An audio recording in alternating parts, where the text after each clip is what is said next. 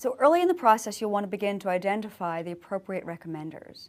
And here you want to consider all the environments from which you could in fact ask individuals to write on your behalf.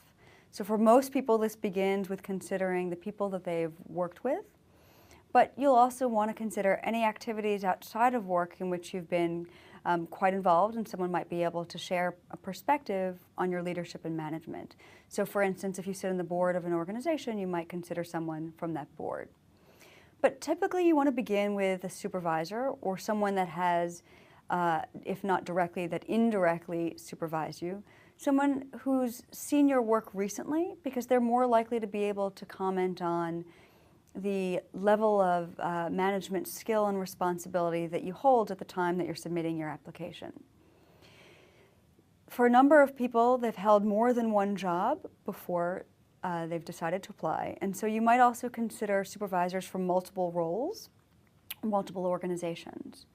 Now, exceptions begin for people such as entrepreneurs who don't necessarily have a supervisor.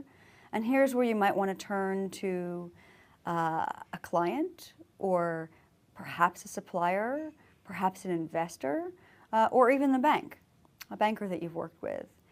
In similar fashion, people that work in family-run businesses don't necessarily have a direct supervisor. So here too, you may want to turn to a client, an investor, etc.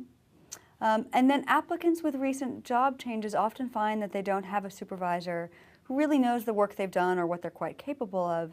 And that's where you really do need to look at either a previous position or someone outside of the workforce, but again, into an extracurricular activity. Other factors you might want to consider would be the duration of your experience working with a supervisor. It's beneficial if someone can comment on your growth within an organization or the speed at which you've grown. And so if they've worked with you, even in a sporadic fashion, but over a longer period of time, that would be something you'd want to take into account. You'll also want to consider how effective a writer the recommender might be, because someone might be a fantastic advocate in a conversation, but not able to communicate their sentiments in writing, and that could be detrimental to your application.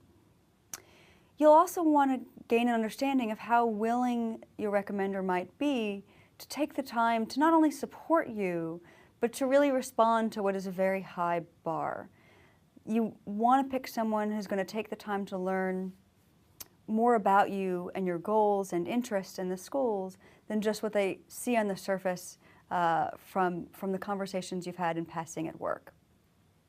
And it's also helpful for you to pick someone that has knowledge of business schools in general, or perhaps of a specific school that you're applying to, because it'll help them marry the school's interests with your own. But of course, if you choose an individual who is willing to respond to the high bar in this process, that's information that can be uncovered and discovered through the process. Ultimately, I suggest that you pick someone who knows you best, because these are the individuals that are willing to go to bat for you and can really share the details that will win over a reader in the application process.